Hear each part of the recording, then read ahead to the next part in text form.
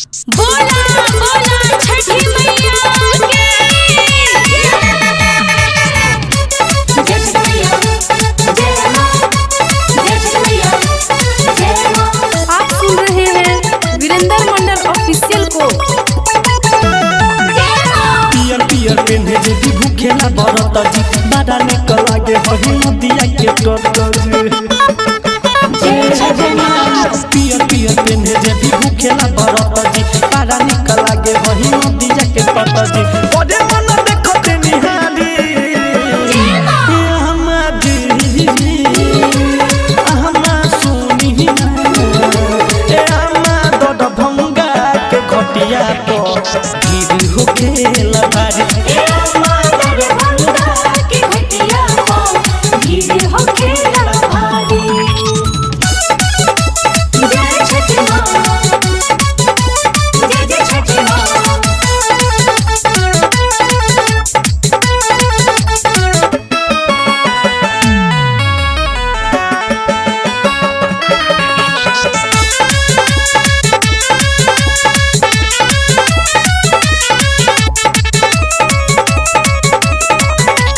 समक पहडिया पियर न गडिया लागेला फुलवा से सरसों के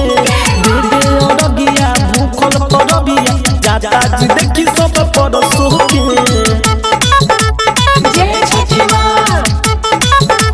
जय छठी मां। समक पहडिया पियर न गडिया लागेला फुलवा से सरसों के दे दे अरगिया भूखल परबिया जाता जी देखी सब परसों के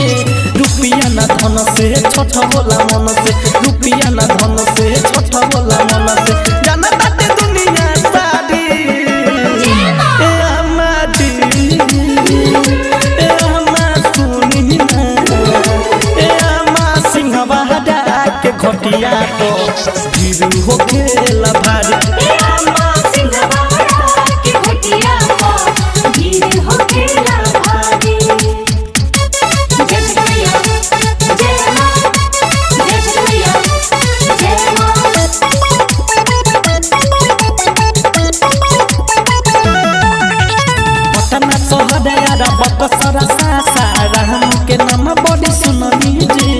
परसला कोइनी परब ज कोइनी तबे ई मनवा में बुननी जी जय छठी मां जय छठी मां। पटना सहदयारा बकसरा सासारा हमके नाम बड़ी सुननी जी परसला कोइनी परब ज कोइनी तबे ई मनवा में बुननी जी दीपक राम सहकल जाई के भटकल दीपक राम सहकल जाई के भटकल रहने के बेरा मोतिहारी ए अम्मा जी ए अम्मा जी ए अम्मा भरवाड़ा के घटिया को भीड़ हो खेला भारी ए अम्मा सिमरी के होय घाट को भीड़ हो खेला भारी पियर पियर पेन्हे जे भी भूखेला बरत जी बाड़ा निकल लागे वही नदिया के तट जी